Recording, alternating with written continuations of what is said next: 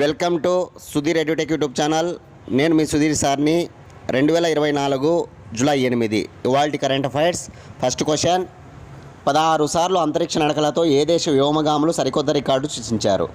16 సార్లు అంతరిక్ష నడకలతో ఏ దేశ వ్యోమగాములు సరికొత్త రికార్డు సృష్టించారు అంటే కనుక చైనా వ్యోమగాములు. చైనా వ్యోమగాములను టైకోనాట్లు అంటారు. అమెరికా వ్యోమగాములు అయితే ఆస్ట్రోనాట్స్ అనమాట. రష్యా వ్యోమగాములు అయితే కాస్మోనాట్స్ అనమాట. మొట్టమొదటిసారిగా అంతరిక్షంలో వెళ్ళిన వాళ్ళు రష్యా వాళ్ళు, అంటే ఎవరు? కాస్మోనాట్స్ అనమాట. తర్వాత అమెరికా వాళ్ళు అంటే ఆస్ట్రోనాట్స్, తర్వాత ఈ టైకోనాట్సే అనమాట. సరే, 16 సార్లు అంతరిక్ష నడకలతో రికార్డు సృష్టించినటువంటి వాళ్ళు అనమాట ఈ చైనా వ్యోమగాములు. దీనికి సంబంధించిన సమాచారం మనం ఒకసారి చూస్తే, చైనీస్ వ్యోమగాములు కొత్త రికార్డు సృష్టించారనమాట. టియాంగాంగ్లో 16 అంతరిక్ష నడకలను పూర్తి చేశారు. అంటే చైనా యొక్క స్పేస్ స్టేషన్ పేరు అనమాట. చైనా దేశ స్పేస్ స్టేషన్ పేరు టియాంగాంగ్. సంబంధించిన సమాచారం మనం ఒకసారి చూస్తే, చైనీస్ వ్యోమగాములు అనే వాళ్ళు కొత్త రికార్డు సృష్టించారనమాట. టియాంగాంగ్లో 16 అంతరిక్ష నడకలను పూర్తి చేశారు. టియాంగాంగ్ అనేది చైనా దేశ స్పేస్ స్టేషన్ అనమాట. ఈ టియాంగాంగ్లో 16 స్పేస్ వాక్స్ను పూర్తి చేశారనమాట. ఎక్స్ట్రా వెహిక్యులర్ యాక్టివిటీ సుమారు 6.5 గంటల పాటు కొనసాగిందనమాట.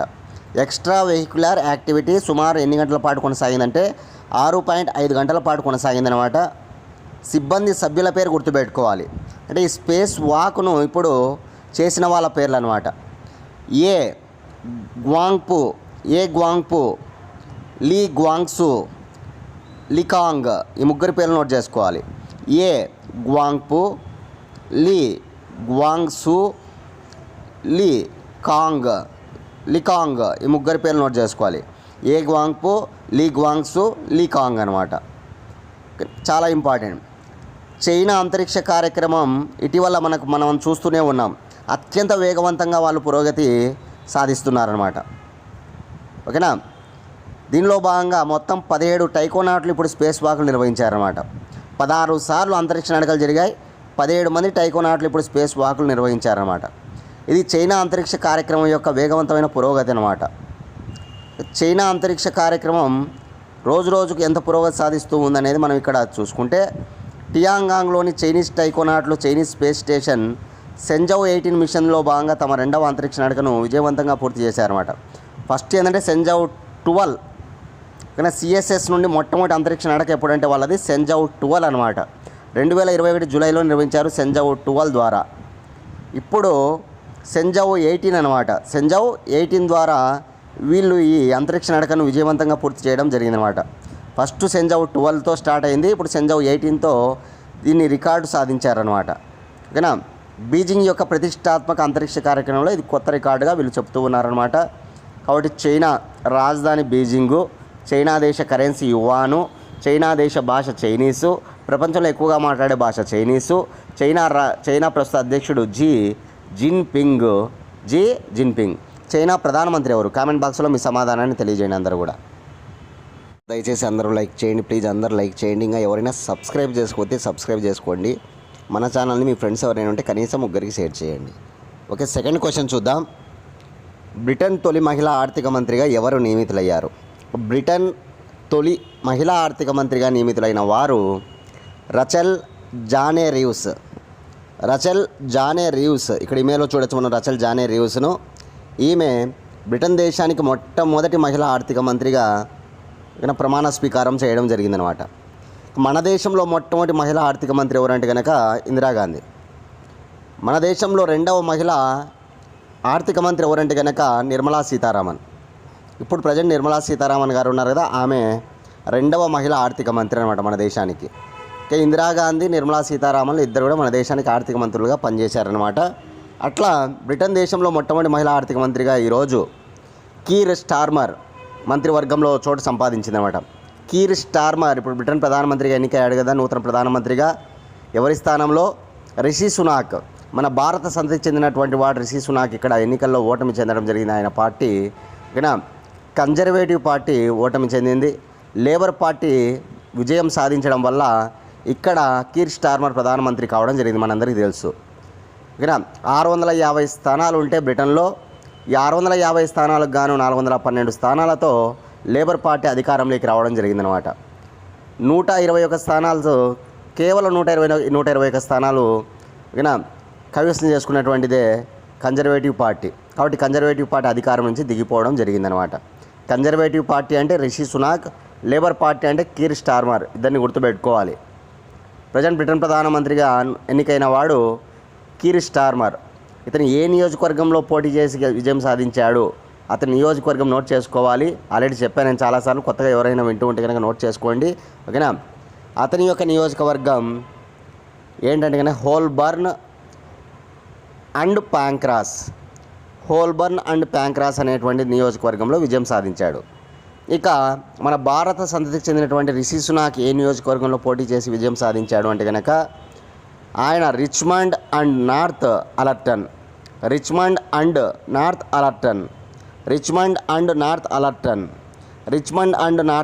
గుర్తుపెట్టుకోవాలి, చాలా చాలా important. Richmond and North Allerton నియోజకవర్గము, హోల్బర్న్ అండ్ ప్యాంక్రాస్ నియోజకవర్గం, ఓకేనా. రైట్. ఇక మన భారత సంతతికి చెందిన వాళ్ళు ఈసారి ఎంతమంది ఎన్నికయ్యారు అంటే కనుక పార్లమెంటుకు 28 మంది ఎన్నికయ్యారనమాట. బ్రిటన్ పార్లమెంటుకు ఇంతవరకు ఎప్పుడు కూడా 28 మంది ఎన్నిక కావడం లేదనమాట. ఫస్ట్ టైం రికార్డు స్థాయిలో 28 మంది ఎన్నిక కావడం జరిగిందనమాట. అందులో మన దేశానికి చెందిన భారత సంతతికి చెందినటువంటి ఒక మహిళ మంత్రివర్గంలో చోటు సంపాదించిందనమాట, లీసా నాండి. ఏ మంత్రిగా చోటు సంపాదించిందంటే కనుక సాంస్కృతిక మంత్రి, కల్చరల్ మినిస్టర్గా లీసా నాండి. గుర్తుపెట్టుకోవాలి, లీసా నాండి మన భారత సంతతికి చెందినటువంటి మహిళ. ఈమె చోటు సంపాదించడం జరిగినమాట, లీసా నాండి. గుర్తుపెట్టుకోవాలి. ఇవన్నీ మనం 2 రోజుల నుంచి చెప్పుకుంటున్నటువంటి విషయాలే. రోజు ఒక విషయం మనకు అందుతూ ఉందన్నమాట సమాచారం.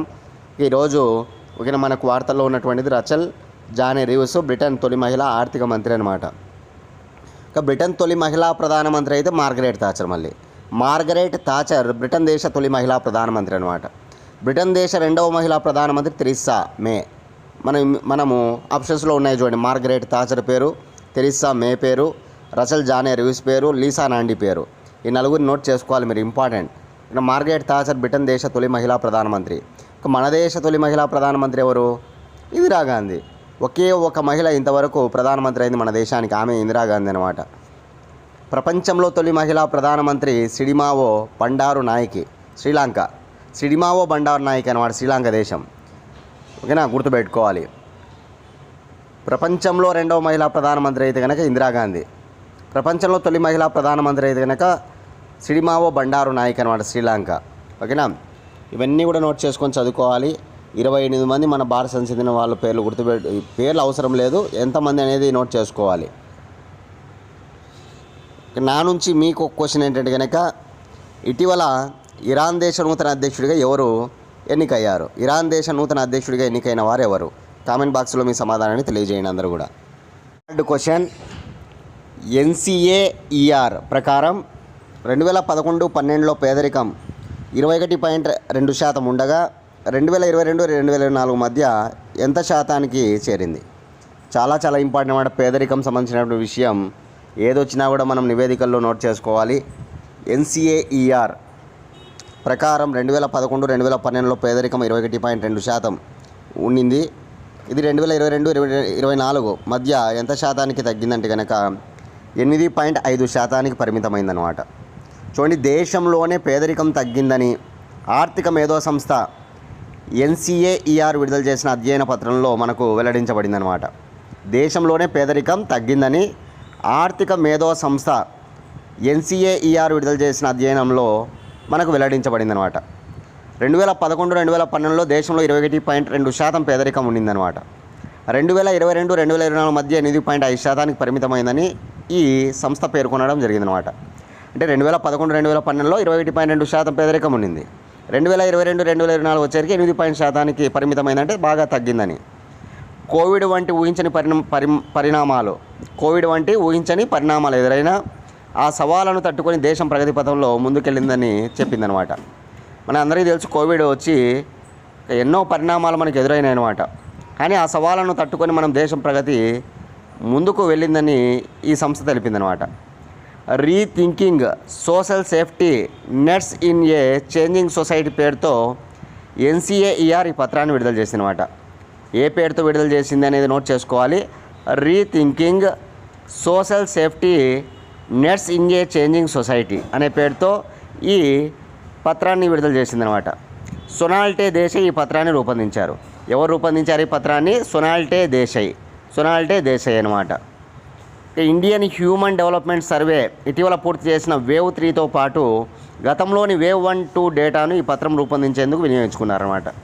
అంటే ఈ నివేదికలో రూపొందించుకోవడం కోసం వీళ్ళు దేని వినియోగించుకున్నారంటే కనుక వేవ్ 3తో పాటు గతంలోని వేవ్ 1, వేవ్ 2 డేటాను కూడా వినియోగించుకోవడం జరిగిందన్నమాట. అంటే ఉపయోగించుకున్నారన్నమాట. చాలా ఇంపార్టెంట్, ఇవన్నీ కూడా నోట్ చేసుకోవాలి, చాలా ఇంపార్టెంట్ అనమాట. మనకు టెండూల్కర్ కమిటీ నివేదిక ప్రకారం దారిద్ర్య రేఖ అనేది గ్రామీణ ప్రాంతాల్లో 447 రూపాయలు, పట్టణ ప్రాంతాల్లో 579గా నిర్ణయించిందనమాట. ఏ కమిటీ? టెండూల్కర్ కమిటీ. అంటే దారిద్ర్య రేఖ అధ్యయనం పైన వేసిన కమిటీ టెండూల్కర్ కమిటీ అనమాట. ఈ టెండూల్కర్ కమిటీ నివేదిక ప్రకారం దారిద్ర్య రేఖ అనేది గ్రామీణ ప్రాంతాల్లో 447 రూపాయలుగా, పట్టణ ప్రాంతాల్లో 579. గుర్తుపెట్టుకోవాలి, గ్రామీణ ప్రాంతాల్లో 447 రూపాయలు, పట్టణ ప్రాంతాల్లో 579 రూపాయలుగా నిర్ణయించారనమాట. కానీ 2004-2005 మధ్య దీన్ని రాష్ట్రాల వారీగా మార్చారనమాట. 2011-12 నాటికి ప్రణాళిక సంఘం వీటిని 860 రూపాయలు, 1000 రూపాయలుగా సర్దుబాటు చేసిందనమాట. అంటే గ్రామీణ ప్రాంతాల్లో 860 అని, పట్టణ ప్రాంతాల్లో 1000 రూపాయలని సర్దుబాటు చేసింది. ఎవరు సర్దుబాటు చేశారు? ప్రణాళికా సంఘం అనమాట. టెండూల్కర్ కమిటీ యొక్క అంశాలు గుర్తుపెట్టుకోవాలి, ప్రణాళికా సంఘం యొక్క అంశాలు గుర్తుపెట్టుకోవాలి. ఇప్పుడు కొత్తగా ఇచ్చినటువంటి NCAER ఇచ్చిన నివేదికను మనం గుర్తుపెట్టుకోవాలి. చాలా ఇంపార్టెంట్. నా నుంచి మీకు ఒక క్వశ్చన్ ఏంటంటే కనుక ఇటీవల మనం నివేదికలు లివింగ్ కాస్ట్, ఓకేనా, లివింగ్ కాస్ట్ అంటే జీవన వ్యయం అనమాట. లివింగ్ కాస్ట్ సిటీస్ యొక్క లిస్టు మనం చెప్పాం. టాప్లో ఉన్న నగరాలు ఏవి? కామెంట్ బాక్స్లో మీ సమాధానాన్ని తెలియజేయండి. మన భారతదేశంలో టాప్లో ఏ నగరాలు ఉన్నాయి? ఓకేనా, కామెంట్ బాక్స్లో మీ సమాధానాన్ని తెలియజేయండి. లివింగ్ కాస్ట్ సిటీస్ అనమాట. అత్యధిక జీవన వ్యయం గల నగరాలు, ప్రపంచ నగరాలు, భారతదేశ నగరాలు ఏవి అనేది కామెంట్ బాక్స్లో మీ సమాధానాన్ని తెలియజేయండి అందరూ కూడా.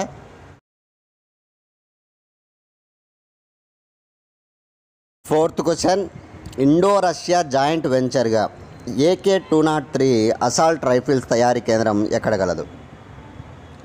చూడండి, ఇండో రష్యా జాయింట్ వెంచర్గా తయారైనటువంటి రైఫిల్స్ ఏవంటే కనుక AK-203 అసాల్ట్ రైఫిల్స్ అనమాట. AK-203 ఈ అసాల్ట్ రైఫిల్స్ ఎక్కడ తయారు చేయబడ్డాయి అంటే కనుక ఉత్తరప్రదేశ్లోని అమేధిలో ఉన్నటువంటి తయారీ కేంద్రం ఏదంటే కనుక Indo Russian arts private limited. Indo Russian arts private limited అనేటువంటి ఒక కర్మాగారం ఉందన్నమాట ఉత్తరప్రదేశ్లోని అమేధిలో. అక్కడ తయారు చేయబడి ఇవి సైన్యానికి ఇవ్వబడ్డాయి అన్నమాట. AK-203 అసాల్ట్ రైఫిల్స్ అనేటువంటివి. సో ఇండో రష్యన్ అంటే రష్యా మరియు భారతదేశం మధ్య ఒక జాయింట్ వెంచర్ ఉందన్నమాట. దానిలో భాగంగా రష్యా దేశ సహకారాన్ని తీసుకొని భారతదేశంలో ఆయుధాలు తయారవుతూ ఉన్నాయన్నమాట. దానిలో భాగంగా కొన్ని కర్మాగారాలు ఇక్కడ ఉన్నాయి. దానిలో భాగంగా కర్మాగారాల్లో ఆయుధాలు తయారవుతున్నాయి. ఇప్పుడు మనకు బయటకు వచ్చినటువంటి ఆయుధం ఏదంటే కనుక AK-203 అసాల్ట్ రైఫిల్స్ అనేటువంటి గుర్తుపెట్టుకోవాలి. 5,124 కోట్ల ఒప్పందం ఉందన్నమాట రష్యా దేశానికి మన దేశానికి మధ్య ఆయుధాల ఉత్పత్తికి సంబంధించి. ఓకేనా, ఎంత ఒప్పందం? 5,124 కోట్ల రూపాయలు ఉందన్నమాట. అది కూడా గుర్తుపెట్టుకోవాలి. మేక్ ఇన్ ఇండియా కార్యక్రమంలో భాగంగా ఈ ఆయుధాలు ఉత్పత్తి అవుతున్నాయి. మేక్ ఇన్ ఇండియా అంటే 2014 సెప్టెంబర్ 25 ప్రధానమంత్రి నరేంద్ర మోడీ ప్రధానమంత్రి అయిన తర్వాత మొదటిసారి ఆయన గొప్పగా తీసుకొచ్చినటువంటి గొప్ప స్కీమ్ అనమాట, ఒక కార్యక్రమం అనమాట. అదే మేక్ ఇన్ ఇండియా. అంటే మన భారతదేశంలోనే ఏవైనా సరే తయారు చేసుకోవాలి, మనం మేక్ ఇన్ ఇండియాను ప్రోత్సహించుకోవాలి అనేటువంటి విషయం పైన అనమాట. డేట్ గుర్తుపెట్టుకోవాలి, సెప్టెంబర్ 25 2014లో స్టార్ట్ అయింది మేక్ ఇన్ ఇండియా. దానిలో భాగంగా ఆయుధాలను ఇక్కడే మనం తయారు చేసుకుంటున్నాం. ఏ దేశ సహకారం తీసుకున్నప్పటికీ తయారయ్యేది మాత్రం ఇక్కడే అనమాట. ఓకేనా, అది మేక్ ఇన్ ఇండియాలో భాగం అనమాట. నెంబర్ 5, ముస్లిం మహిళలు విడాకుల తర్వాత తమ భర్త నుంచి భరణం కోరవచ్చు అని తెలిపిన కోర్టు ఏది? ముస్లిం మహిళలు విడాకుల తర్వాత తమ భర్త నుంచి భరణం కోరవచ్చు అని తెలిపిన కోర్టు సుప్రీంకోర్టు అనమాట. చాలా వెరీ ఇంపార్టెంట్ తీర్పు ఇది, సుప్రీంకోర్టు తీర్పు. ఓకేనా, ఇక్కడ ముఖ్యంగా ఈ ధర్మాసనం అనేటువంటిది ఒకటి చూస్తే మనం justice BV Nagarathna, justice Augustine George Masih ధర్మాసనం దీనికి సంబంధించి 99 పేజీల తీర్పును వెలువరించిందనమాట. ఇది గొప్ప తీర్పు అనమాట. ముస్లింల హక్కులు అంటే ముఖ్యంగా ముస్లిం మహిళల హక్కులను ఇది తెలియజేస్తుందన్నమాట.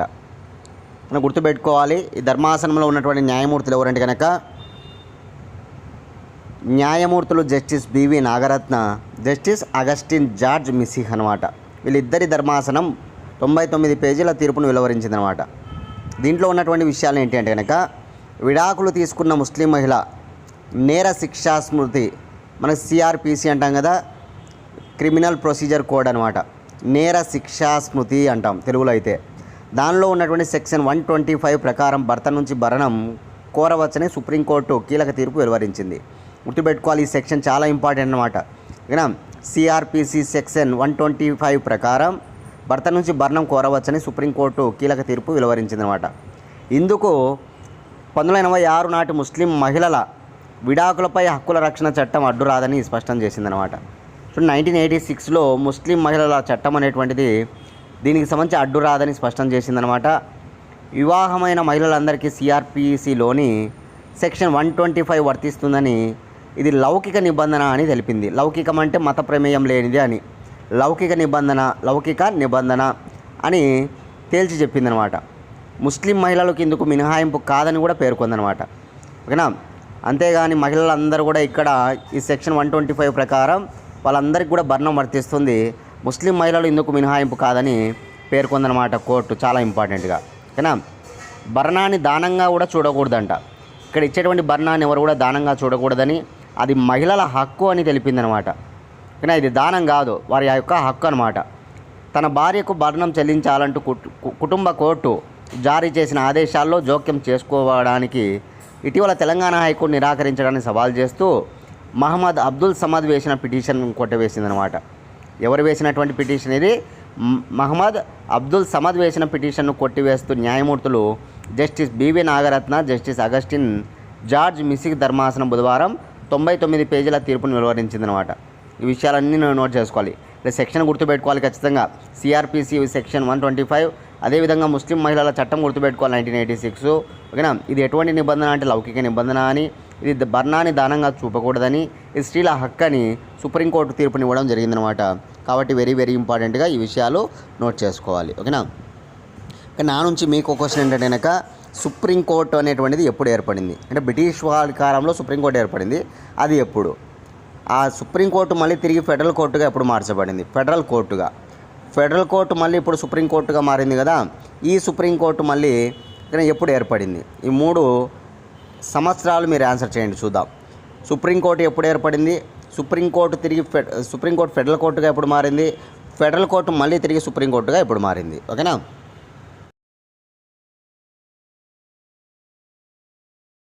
6th question. Modern masters SS Rajamouli అనే డాక్యుమెంటరీని దర్శకత్వం వహించింది ఎవరు? చూడండి, మోడ్రన్ మాస్టర్స్ ఎస్ఎస్ రాజమౌళి, దీనికి ఒక డాక్యుమెంటరీ ఫిల్మ్ అన్నమాట ఇది. దీనికి దర్శకత్వం వహించింది ఎవరంటే కనుక రాఘవ ఖన్నా అనేటువంటి దర్శకుడు ఎస్ఎస్ రాజమౌళికి సంబంధించిన డాక్యుమెంటరీని రూపొందించడం జరిగిందనమాట. రాజమౌళి ఎంత గొప్ప దిగ్గజ దర్శకుడో మనందరికీ తెలుసు. ఆయన గురించి డాక్యుమెంటరీ రావడంలో ఎటువంటి తప్పు లేదనమాట. ఓకేనా. ఇటీవల మనందరికీ తెలుసు, ఏకంగా ఆయన తీసినటువంటి సినిమా త్రిబుల్-ఆర్, ఆ సినిమాలో నాటు అనేటువంటి సాంగ్కు ఆస్కార్ కూడా వచ్చింది. నాటు అనేటువంటి సినిమాకు ఆస్కార్ను అందుకున్న వాళ్ళు ఎంఎం కీరవాణి, చంద్రబోస్ అనమాట. ఎంఎం కీరవాణి, చంద్రబోస్ అనమాట, గుర్తుపెట్టుకోవాలి. ఎంఎం కీరవాణి, చంద్రబోస్ అంటే సంగీత దర్శకుడు ఎంఎం కీరవాణి, రైటరు చంద్రబోస్. ఏ సాంగ్కు సంబంధించి ఆస్కార్ వచ్చిందంటే నాటు, అది అందరికి కూడా తెలుసు. అట్లాంటి ఆస్కార్ రావడానికి కారణమైనటువంటి సినిమానే త్రిబుల్-ఆర్ అనమాట. దిగ్గజ దర్శకుడు రాజమౌళి అనమాట. కాబట్టి అతనికి సంబంధించి ఒక డాక్యుమెంటరీ ఇప్పుడు నెట్ఫ్లిక్స్ వాళ్ళు కానీ రూపొందించారు. దానికి దర్శకుడు ఎవరంటే రాఘవ ఖన్నా అనమాట. రాజమౌళి అనగానే చూడండి ఎన్ని సినిమాలు మనకి సూపర్ హిట్స్గా నిలిచాయో. జూనియర్ ఎన్టీఆర్తో అయితే ఒక 3 సినిమాలు ఉంటాయి. స్టూడెంట్ నెంబర్ 1, యమదొంగ, త్రిబుల్-ఆర్ అనమాట. అదేవిధంగా ప్రభాస్తో కూడా ఒక 3 సినిమాలు ఉంటాయి. ఛత్రపతి, బాహుబలి 1, బాహుబలి 2 అనమాట. రామ్ చరణ్తో 2 సినిమాలు సూపర్ హిట్సే, మగధీర, త్రిబుల్ ఆర్. ఓకేనా, కాస్త సరిగా ఆడకుండా ఉండే సినిమా అంటే నితిన్ సై అనమాట. నితిన్ సై, దానికి కూడా ఆయనే దర్శకుడు. ఇట్లా చాలా సినిమాలు ఆయన రూపొందిస్తే అన్నీ కూడా సూపర్ హిట్లుగా నిలిచాయన్నమాట. ఇప్పుడు మహేష్ బాబుతో ఫిల్మ్ చేయడం జరుగుతుంది, మనందరికీ తెలుసు. ఇక్కడ మహేష్ బాబుతో ఇప్పుడు రాజమౌళి సినిమా తీస్తున్నాడు అనమాట.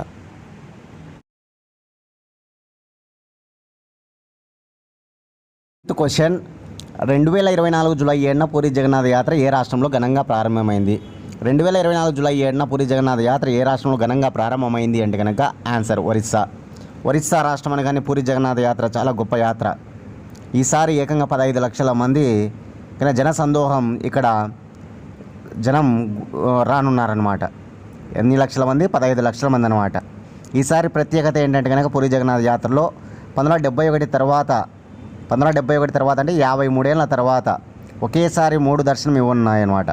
అవి ఏంటి అంటే కనుక నవ యవ్వన దర్శనం ఒకటి, నేత్రోత్సవం ఒకటి, రథయాత్ర ఒకటి, 3 ఒకే రోజు జరగనున్నాయన్నమాట. ఏంటంటే నేను చెప్పింది నవ యవ్వన దర్శనం, నవయవ్వన దర్శనం, నేత్రోత్సవం, రథయాత్ర 3 ఒకే రోజు జరగనున్నాయన్నమాట. 1971లో జరిగాయి అట్లా. మళ్ళీ 53 ఏళ్ళ తర్వాత ఈసారి ఒకటేసారి 3 జరగబోతున్నాయి. అది ఈసారి ప్రత్యేకత అనమాట పూరి జగన్నాథ యాత్రలో. ఇక్కడ మనకు 3 ఉన్నాయి చూడండి ఇమేజ్లో. ఎప్పుడైనా 3 అనమాట జగన్నాథ యాత్రలో. జగన్నాథుడు ఒక్కడే కాదు, 1 జగన్నాథుడు, 2 బాలభద్రుడు, 3 సుభద్ర, సోదరి సుభద్ర, సోదరుడు బాలభద్రుడు, జగన్నాథుడు అనమాట. ఈ 3 రథాలు మనకి పూరి జగన్నాథ యాత్రలో కనిపిస్తాయి అన్నమాట. రాష్ట్రపతి ద్రౌపది ముర్ము గారు రథాన్ని లాగనున్నారనమాట. రాష్ట్రపతి ద్రౌపది ముర్ము గారు రథాన్ని లాగనున్నారు. ఆమెతో కలిసి ఒరిస్సా గవర్నర్ రఘుబర్ దాస్ కూడా రథాన్ని లాగనున్నారు. ఒరిస్సా రాష్ట్ర గవర్నర్ రఘుబర్ దాసు రథాన్ని లాగనున్నారనమాట. ఇక ముఖ్యమంత్రి, ఇటీవల ముఖ్యమంత్రిగా కొత్తగా వచ్చాడు కదా మోహన్ చరణ్ మాజీ, ఆయన కూడా ఈ రథయాత్రలో పాల్గొనున్నారన్నమాట. కేంద్ర మంత్రులు కొంతమంది రథయాత్రలో పాల్గొననున్నారు. భారతీయ జనతా పార్టీ నేత అనమాట మోహన్ చరణ్ మాజీ ఇటీవల ముఖ్యమంత్రిగా నవీన్ పట్నాయక్ స్థానంలో ముఖ్యమంత్రిగా రావడం జరిగిందనమాట. నవీన్ పట్నాయక్, బిజు జనతాదళ్ పార్టీ ఓడిపోయింది, బీజేపీ గెలిచిందనమాట. బీజేడీ ఓడిపోయి బీజేపీ గెలిచిందనమాట ఒరిస్సా రాష్ట్రంలో. ఇవి గుర్తుపెట్టుకోవాలి, చాలా ఇంపార్టెంట్ పూరి జగన్నాథ యాత్రకు సంబంధించిన సమాచారం.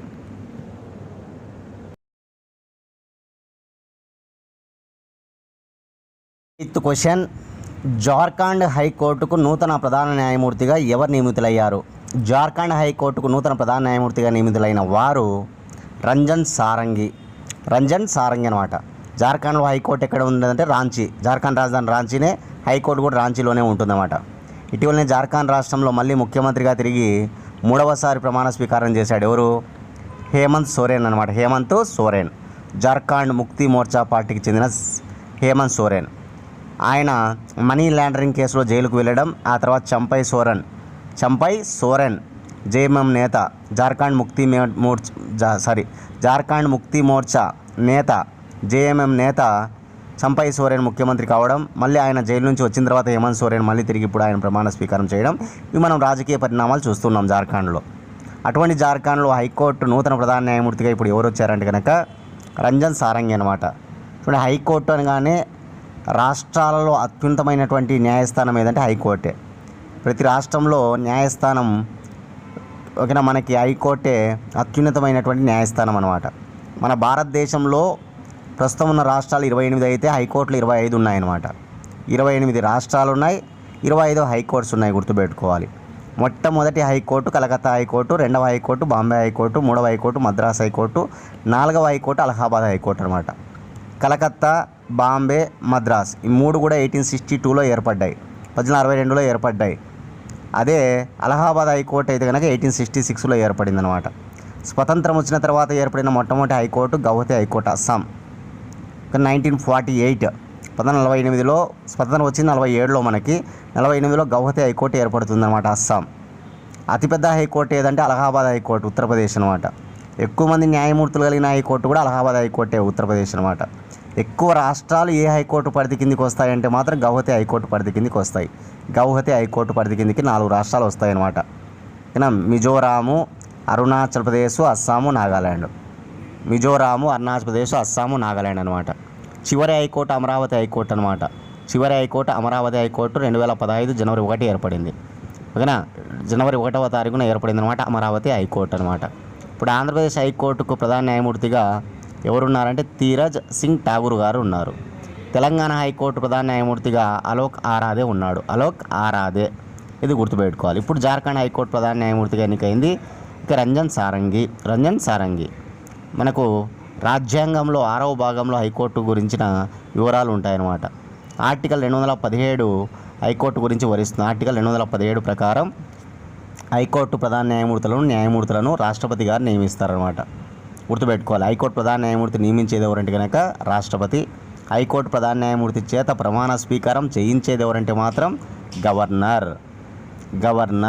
గుర్తుపెట్టుకోవాలి. ఓకేనా, ఇవి హైకోర్టులకు సంబంధించి కొన్ని ముఖ్యమైన విషయాలన్నమాట. మన ఛానల్ నుంచి 1 ఇయర్ కరెంట్ అఫైర్స్ ఉన్నాయి. కావాలనుకున్న వాళ్ళు 8186006848 అనే నెంబర్కి 100 రూపీస్ ఫోన్పే చేసి అదే నెంబర్కి స్క్రీన్ షాట్ పెట్టండి. 24 గంటల లోపల పీడిఎఫ్ ఫైల్ పంపిస్తాం. డేట్ టు డేట్ విత్ ఎక్స్ప్లెనేషన్తో కరెంట్ అఫైర్స్ ఉంటాయి. కాబట్టి మీరు అందరూ యూటిలైజ్ చేసుకోండి. తెలంగాణ, ఆంధ్రప్రదేశ్ ఈ రెండింటి ఎగ్జామ్స్కి ప్రిపేర్ అయ్యే వాళ్ళు ఈ కరెంట్ అఫైర్స్ ఉపయోగపడతాయి. అదేవిధంగా సెంట్రల్ గవర్నమెంట్కి ఎగ్జామ్స్కి ప్రిపేర్ అయ్యే వాళ్ళు ఉంటారు కదా, వారికి కూడా ఇవి ఉపయోగపడతాయి. కాబట్టి 100 రూపీస్కి అందిస్తున్నాం, అందరూ యూటిలైజ్ చేసుకోండి. 9th క్వశ్చన్, దివ్య ఔషధ మొక్క అగ్నిశిఖను ఏ అడవులలో గుర్తించారు? చూడండి, గుర్తించడం కాదు కానీ ఇక్కడ ఎప్పటి నుంచో ఉంది ఈ జాతి మొక్క. చాలా గొప్ప ఔషధ మొక్క. అంటే ఇక్కడ నల్లమల్ల అడవుల్లో ఈరోజు కనువిందు చేస్తూ ఉందన్నమాట. అందుకని ఈ ఆర్టికల్ అనమాట. ఓకేనా, నల్లమల్ల అడవులలో చాలా ఎక్కువగా ఈ దివ్య శిఖ అనేటువంటి ఔషధ మొక్క కనువిందు చేస్తూ ఉందన్నమాట. అంటే అన్నీ ఒకే చోట గుబురుగా ఉంటూ నల్లమల్ల అడవులను కనువిందు చేస్తూ ఉన్నాయన్నమాట. దివ్య ఔషధ మొక్క అనమాట ఇది. దాని పేరు దివ్య శిఖ. దీన్ని ఇంగ్లీష్లో ఫైర్ లిల్లీ అని కూడా అంటారంట. ఫైర్ లిల్లీ అని కూడా అంటారనమాట. కానీ ఇందులో ఉన్నటువంటి కెమికల్ ఏదైతే ఉంటుందో ఆ కెమికల్ కలుచిన్ అనేటువంటి కలుచిన్ అనేటువంటి ఒక కెమికల్ ఉంటుందంట. ఈ కెమికల్ పాము కాటు వేసినప్పుడు దాని విరుగుడికి, తేలుకాటు విరుగుడికి, అదేవిధంగా చర్మ వ్యాధులలో చర్మానికి సంబంధించినటువంటి వ్యాధులు వస్తాయి కదా, ఆ చర్మ సంబంధ వ్యాధులలో, అదే కిడ్నీ సంబంధ వ్యాధులకు కూడా ఈ ఔషధం చాలా గొప్పగా ఉపయోగపడుతుందంట. అది ఇప్పుడు ఏ అడవుల్లో బాగా కనువిందు చేస్తూ ఉంది అంటే కనుక ఒక తీగజాతి మొక్క అనమాట ఇది. ఓకేనా, నల్లమల్ల అడవులు. ఆంధ్రప్రదేశ్లో అన్నిటికంటే అతిపెద్ద అడవులు ఏవంటే నల్లమల్ల అడవులే.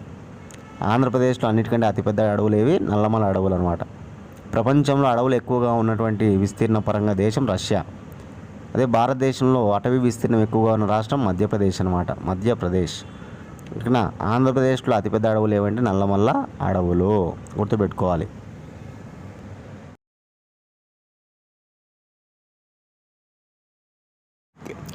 ఆంధ్రప్రదేశ్ డిఎస్సి నోటిఫికేషన్ మన అందరికీ తెలుసు. 16,347 పోస్టులతో నోటిఫికేషన్ అనేటువంటి రిలీజ్ అయింది. దీనికి సంబంధించి టెట్ అక్టోబర్ నెలలో నిర్వహిస్తున్నారు. అదేవిధంగా డిసెంబర్, జనవరి నెలల్లో ఓకేనా డిఎస్సి నిర్వహిస్తారనమాట. ఈ క్రమంలో కోచింగ్ అనేటువంటిది మనకు స్టార్ట్ చేయడం జరిగింది. ఇక్కడ కోచింగ్ సెంటర్ పేరు teachers academy. Location Kadapa Apsara theatre దగ్గర. ఎవరైనా సరే టెట్ 1 కోచింగ్, టెట్ 2కు సంబంధించిన కోచింగ్ తీసుకోవాలన్నా, డిఎస్సి కోచింగ్ తీసుకోవాలన్నా మమ్మల్ని కన్సల్ట్ కాండి. ఫోన్ నెంబర్స్ 8186006848 అనమాట. బ్యాచ్ స్టార్ట్ అయింది కాబట్టి ఎవరు కూడా టైం వేస్ట్ చేసుకోకుండా కోచింగ్ వచ్చి నీట్గా చక్కగా ఒక టైం వేస్ట్ చేసుకోకుండా ఇక్కడ మంచి మంచి ఎక్స్పర్ట్స్ చెప్పేటువంటి అవన్నీ కూడా విని మీరు నీట్గా బాగా చదువుకొని టైం వేస్ట్ చేసుకోకుండా జాబ్ కొట్టాలని ఆశిస్తున్నాం.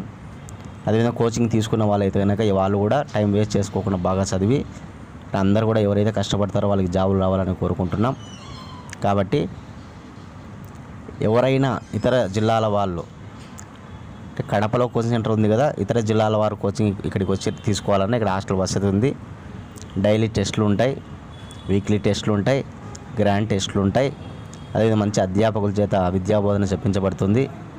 అదేవిధంగా ప్రత్యేక శ్రద్ధ, ఎవరైనా కొన్ని సబ్జెక్టులో ఏదైనా సరిగా రాకపోతే వాళ్ళపైన ప్రత్యేక శ్రద్ధ కూడా చూపుతాం. కానీ ఇట్లా స్టూడెంట్స్ పైన ప్రత్యేక శ్రద్ధ చూపడం జరుగుతుందన్నమాట. కాబట్టి మీరందరూ కూడా వచ్చి ఇక్కడ కోచింగ్ తీసుకొని జాబ్ సాధించాలని కోరుకుంటున్నాం. ఓకే, లాస్ట్ క్వశ్చన్ చూద్దాం ఈరోజు. స్పెయిన్ గ్రాండ్ ప్రీ 2024లో గోల్డ్ మెడల్ సాధించిన భారతీయ మహిళా రెజ్లర్ ఎవరు? స్పెయిన్ గ్రాండ్ ప్రీ 2024లో గోల్డ్ మెడల్ సాధించిన భారతీయ మహిళా రెజ్లర్ ఎవరంటే కనుక వినేస్ ఫోగట్. వినేస్ ఫోగట్ అనగానే మనందరికీ తెలుసు రెజ్లరు అని. భారతదేశంలో రెజ్లర్లో అత్యంత గొప్ప క్రీడాకారిణి అనమాట. ఇప్పుడు 50 కేజీల విభాగంలో స్పెయిన్లో జరిగినటువంటి ఈ రెజ్లింగ్ పోటీల్లో 50 కేజీల విభాగంలో మన భారతదేశానికి గోల్డ్ మెడల్ అందించిందనమాట. రష్యా దేశానికి చెందిన మరియా కోవాపై విజయం సాధించిందనమాట. కాబట్టి గుర్తుపెట్టుకోవాలి, గోల్డ్ మెడల్ ఎవరికి వచ్చిందంటే వినేస్ ఫోగట్. ఏ విభాగంలో అంటే 50 కేజీల విభాగంలో. ఈ టైటిల్ పేరు స్పెయిన్ రెజ్లింగ్ గ్రాండ్ ప్రిక్స్ అనమాట, గ్రాండ్ ప్రీ 2024. ఇవి వరల్డ్ కరెంట్ అఫైర్స్. రేపటి క్లాస్లో మళ్ళీ కలుసుకుందాం ఫ్రెండ్స్. థ్యాంక్స్.